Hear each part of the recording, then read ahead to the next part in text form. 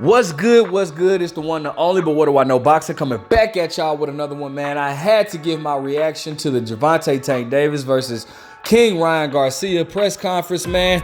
It was today in New York City. I believe the second one is tomorrow in LA, if I'm not mistaken. If not tomorrow, no, I think it is tomorrow. I think it's tomorrow in LA. If I'm wrong, correct me in the comment section.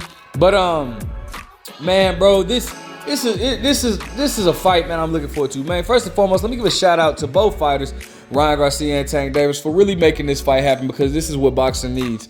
And seriously, bro, this could be like the year of the rivalries, man. Like, bro, imagine like we get say we get like, you know, we got Caleb Plant versus David Benavidez. They've been going back and forth for years.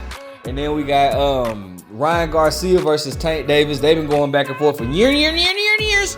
Like, bro, just imagine like if we could get like a Jamal Charlo. We probably won't get this, but I'm just saying. Imagine if we could get like a Jamal Charlo versus Demetrius Andrade. Like that would be dope, man.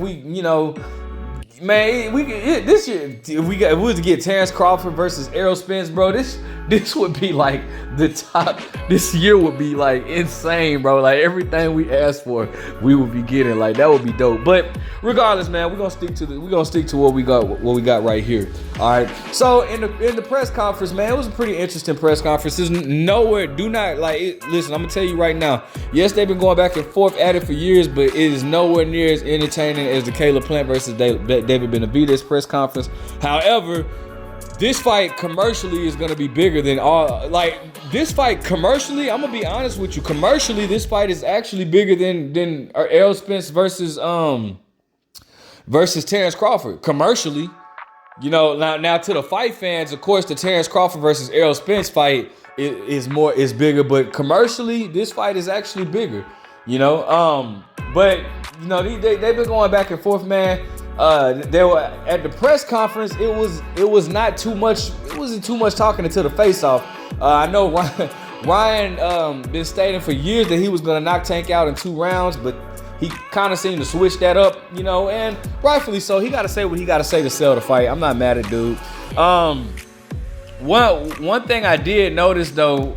One thing I did notice about Ryan Garcia is he was more composed than what I thought. He held composure more than what I thought, but I still feel like he is putting up a facade, bro. Like even in the way, I mean not the way in when they were facing off, like I just sometimes and maybe this is just me, and maybe he proves me wrong. But bro, I don't believe that Ryan Garcia really believes that he should be there. Like it's kind of hard to say, but who knows, bro? It's possible that Ryan Garcia proves me wrong. I do like Ryan Garcia as a person. Ryan Garcia seems like a cool person, like fun to chill, talk to, and hang out, all that type of stuff. He feels like a cool dude. Another thing I noticed is the size difference. Now, we always knew that Ryan Garcia was taller than Tank, but you know, we actually saw the size difference today, and it makes me wonder how Tank is gonna get on the inside. Because one of my criticisms that I have for Tank Davis is that it seems like he doesn't know how to create openings. Instead, he waits for the openings to happen. Now, sure, we all know Ryan Garcia definitely he'll definitely have some openings available for Tank Davis to exploit. And if you think otherwise, then bro, you're just being biased and unnecessary. It's plenty of mistakes that Ryan Garcia makes that makes me believe that Tank Davis will have plenty of openings to exploit. But I am wondering how Tank Davis is going to get on the inside. Now, we all know that Ryan Garcia relies so much on that left hook, and it's a sharp one at that. But with Tank being shorter, I wonder if he's gonna like the way he comes in on the inside. I kind of feel like that might take away from that hook. Ryan Garcia, I feel like is gonna be working more towards the uppercuts more than that hook. I know that we think that we know that he relies on that hook a lot, but I think that Ryan Garcia is gonna rely more on that uppercut than the hook, because Tank Davis being the shorter fighter, with him coming in, Ryan Garcia is not gonna get that same leverage of punching, punching if punching down instead of up, he's not gonna get that same leverage, because again, Tank Davis is the shorter fighter. I think Ryan Garcia is gonna have to work on timing, and he's gonna have to work on that uppercut. More so on than the hook in this fight. But that's kind of like basic. That's nothing, no detail. Like, how, shout out to Boxing Wave. Boxing Wave, I really love his channel. He gets into details. What I did was basic. I'll get into details in a different video, but that's one of the things that I was noticing about the height.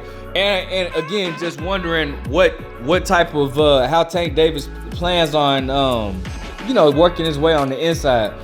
I don't think that he can just sit around and wait, but I also don't think that Ryan Garcia can outbox Tank. I don't know. I'm not sure if Ryan knows how to use his reach. I don't know if Ryan knows how to use his reach, and I also don't think Ryan will be able to control the distance. And with him being with Joe Goossen, that's a good trainer, but those are things that I'm concerned with as far as Ryan Garcia goes. Now, I'm definitely going for Tank. I don't have no shame in my game. I mean, this is a sport at the end of the day. You go for somebody, you might win some, you might lose some. So I have no shame in my game of saying that I'm going for Tank Davis. I like Tank Davis better. And I'm cheering for Tank Davis, but it's still not, it's not a giveaway, because it's some things that Tank Davis does wrong as well. But the only difference is the things that Tank Davis does wrong, I don't think Ryan Garcia will be able to exploit them.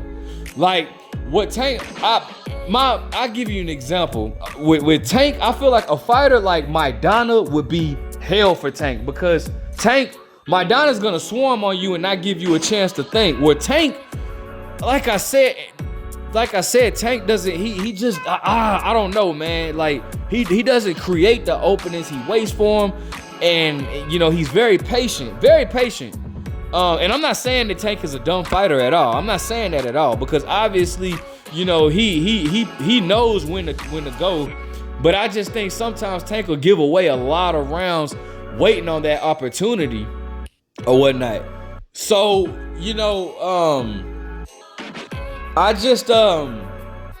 I don't know, man. It's an interesting matchup. It's a very interesting matchup, man. Now, one of the things that Ryan Garcia said that I wanted to touch on was Brian Custer. I'm sorry, I'm finna say Brian King. Brian Custer asked Ryan Garcia, about him not taking a fight in January.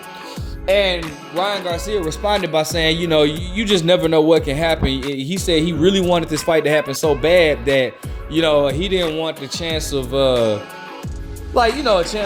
him getting, anything can happen, even in a tune-up fight. Like, it doesn't have to be a loss per se. You could break your hand, hurt your hand, a cut, just anything.